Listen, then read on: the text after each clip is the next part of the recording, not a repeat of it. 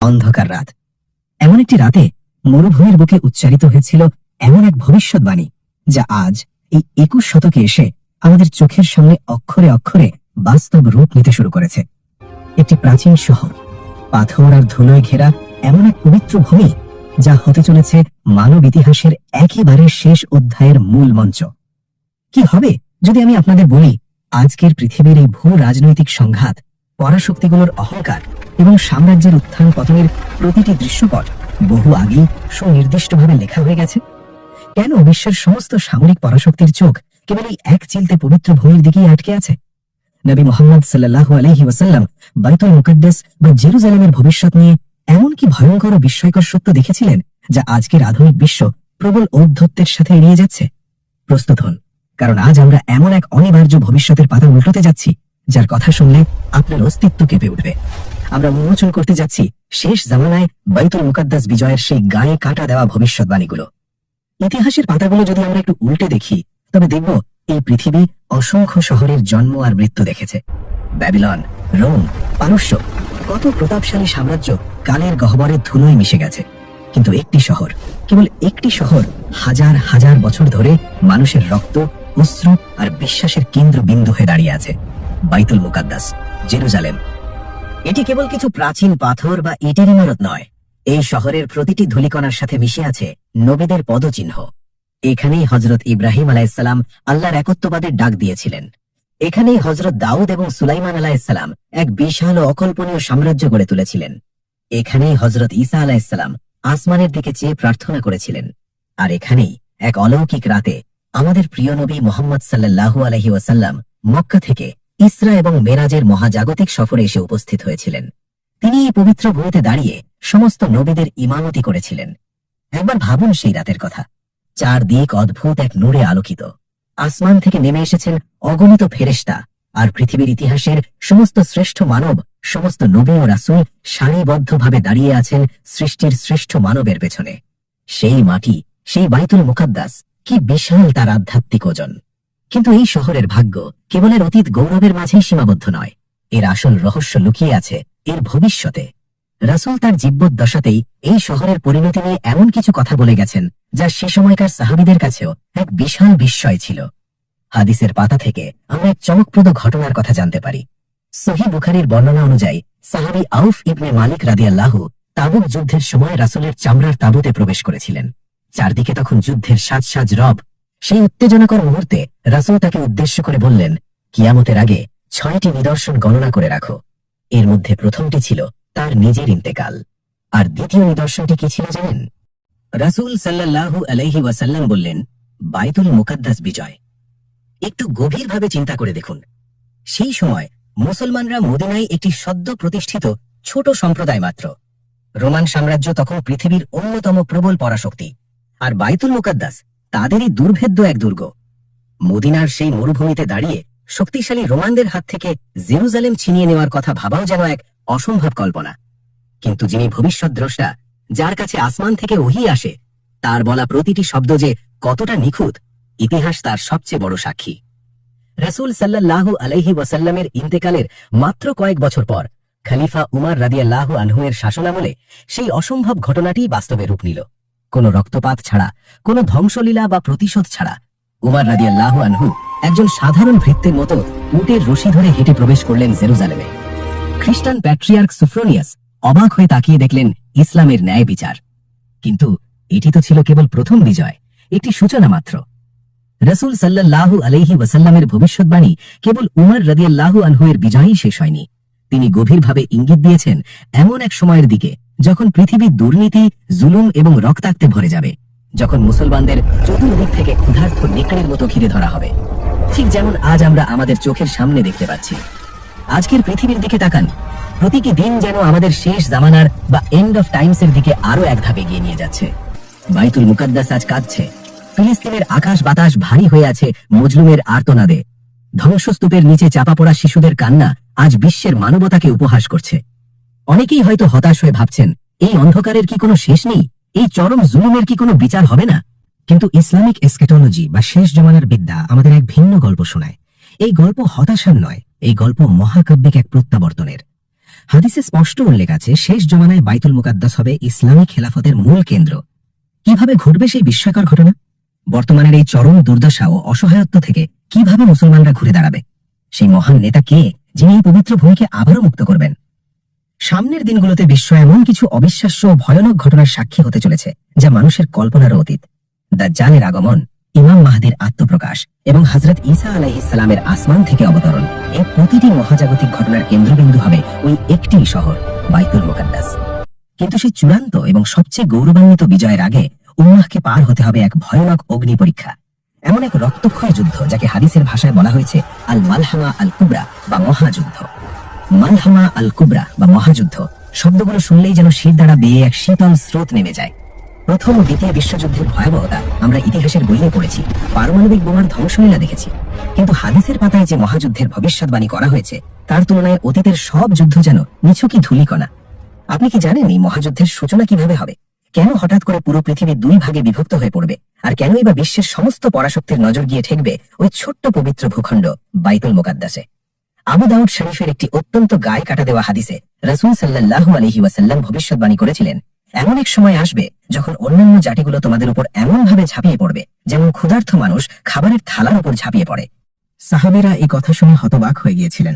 তাদের মনে প্রশ্ন জেগেছিল, যারা বদর আর খন্দকের মতো যুদ্ধে অকল্পনীয় বিজয় ছিনিয়ে এনেছে, তাদের উপর অন্য জাতিগুলো কিভাবে খবরদারি করবে? তারা জিজ্ঞেস করলেন, ইয়া রাসূলুল্লাহ, তখন কি আমরা সংখ্যায় খুব কম হব? রাসূল সাল্লাল্লাহু আলাইহি ওয়াসাল্লামের উত্তরটি ছিল আজকের আধুনিক বিশ্বের প্রতিটি মুসলমানের জন্য এক বিশাল চপেটাঘাত। তিনি বলেছিলেন, না, তোমরা শুধু সংখ্যায় হবে অগণিত, কিন্তু তোমরা হবে সমুদ্রের ফেনার মতো স্রোতে ভেসে যাওয়া মূল্যহীন আবর্জনা। আল্লাহ তোমাদের শত্রুদের অন্তর থেকে তোমাদের ভয় দূর করে দেবেন এবং তোমাদের অন্তরে ওয়াহান ঢুকিয়ে দেবেন। সাহাবীরা জিজ্ঞেস করলেন, ওয়াহান কি? তিনি বললেন, দুনিয়ার প্রতি ভালোবাসা এবং মৃত্যুকে ভয় করা। আজকের বিশ্বের দিকে একটু তাকান, প্রায় 200 কোটিরও বেশি মুসলমান। আমাদের অফুরন্ত প্রাকৃতিক সম্পদ আছে, বিশাল ভূখণ্ড আছে, আধুনিক সেনাবাহিনী আছে।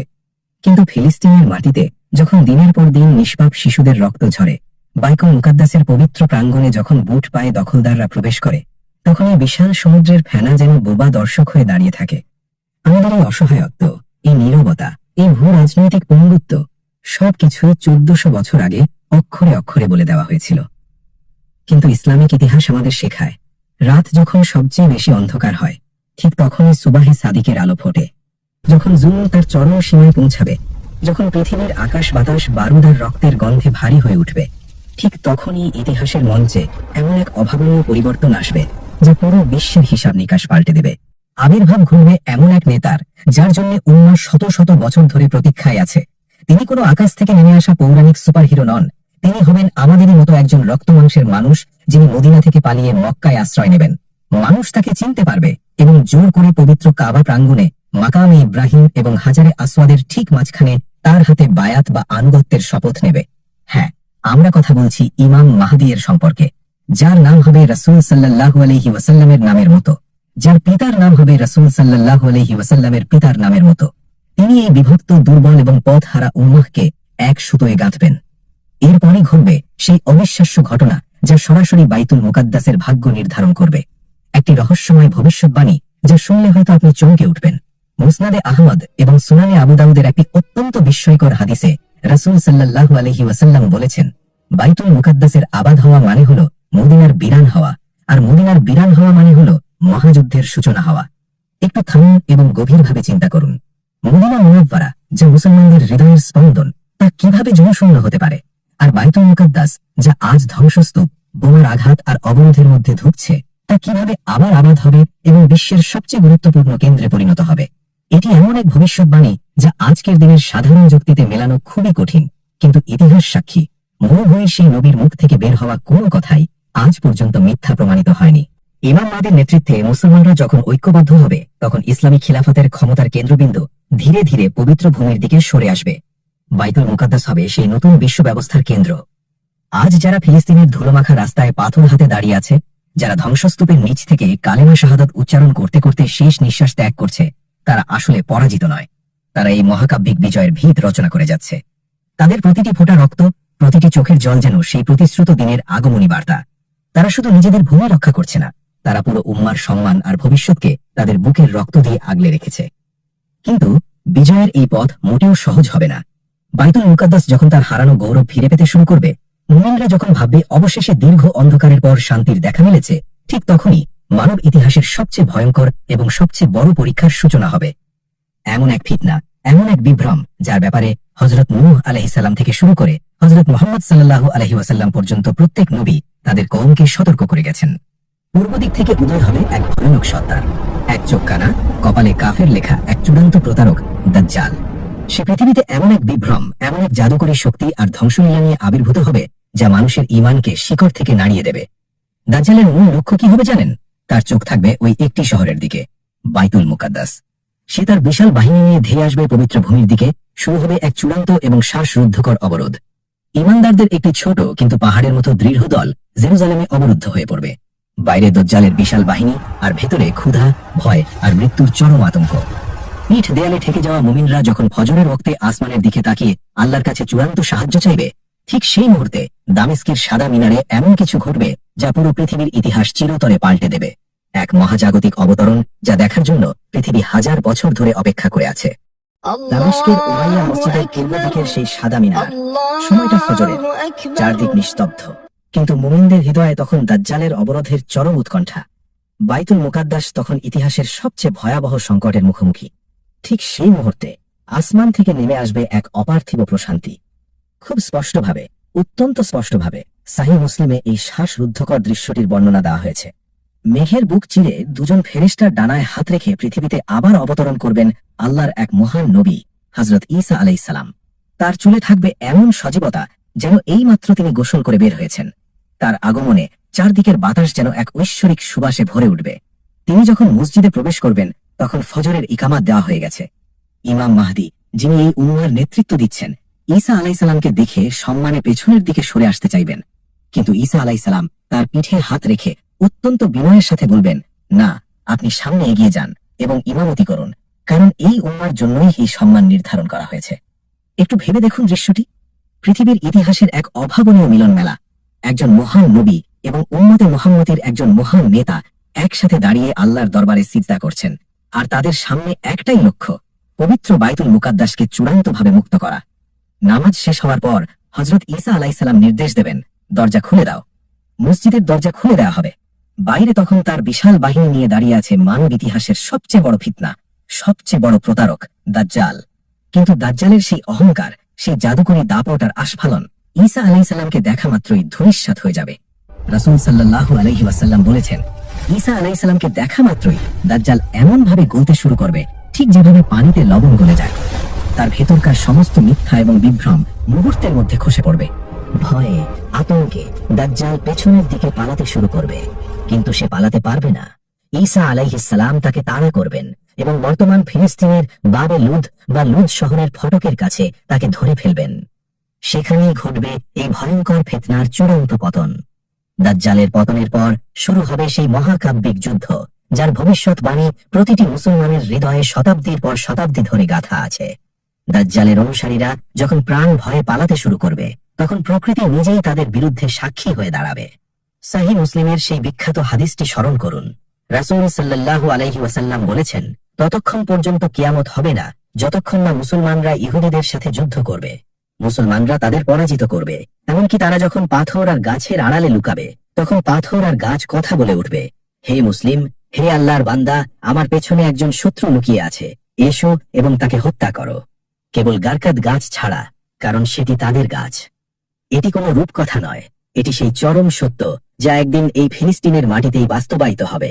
বাইতুল মুকাদ্দাস সেদিন চিরতরে মুক্ত হবে। কোনো পরাশক্তির ভেটো, কোনো আয়রন ডোম, কোনো অত্যাধুনিক সমরাস্ত্র সেই দিন আল্লাহর এই ফয়সালাকে রুখতে পারবে না। বাইতুল মুকাদ্দাস মুক্ত হবার পর পৃথিবীতে এমন এক সোনালী যুগের সূচনা হবে যা মানুষ এর আগে কখনো দেখেনি। ঈসা আলাইহিস সালাম পৃথিবীতে ন্যায় বিচার প্রতিষ্ঠা করবেন। হাদিসের বর্ণনায় এসেছে, তখন পৃথিবীতে এতটাই শান্তি আর নিরাপত্তা থাকবে যে একটি বিষধর সাপও একটি শিশুর কোনো ক্ষতি করবে না। বাঘ আর ছাগল এক ঘাটে পানি খাবে। মানুষের হৃদয় থেকে হিংসা, বিদ্বেষ আর লোভ চিরতরে মুছে যাবে। পৃথিবী তার সমস্ত গুপ্ত ধন উগরে দেবে, কিন্তু কেউ তা নেওয়ার মতো আগ্রহী থাকবে না, কারণ সবার অন্তর তখন আল্লাহর সন্তুষ্টিতে পরিপূর্ণ থাকবে।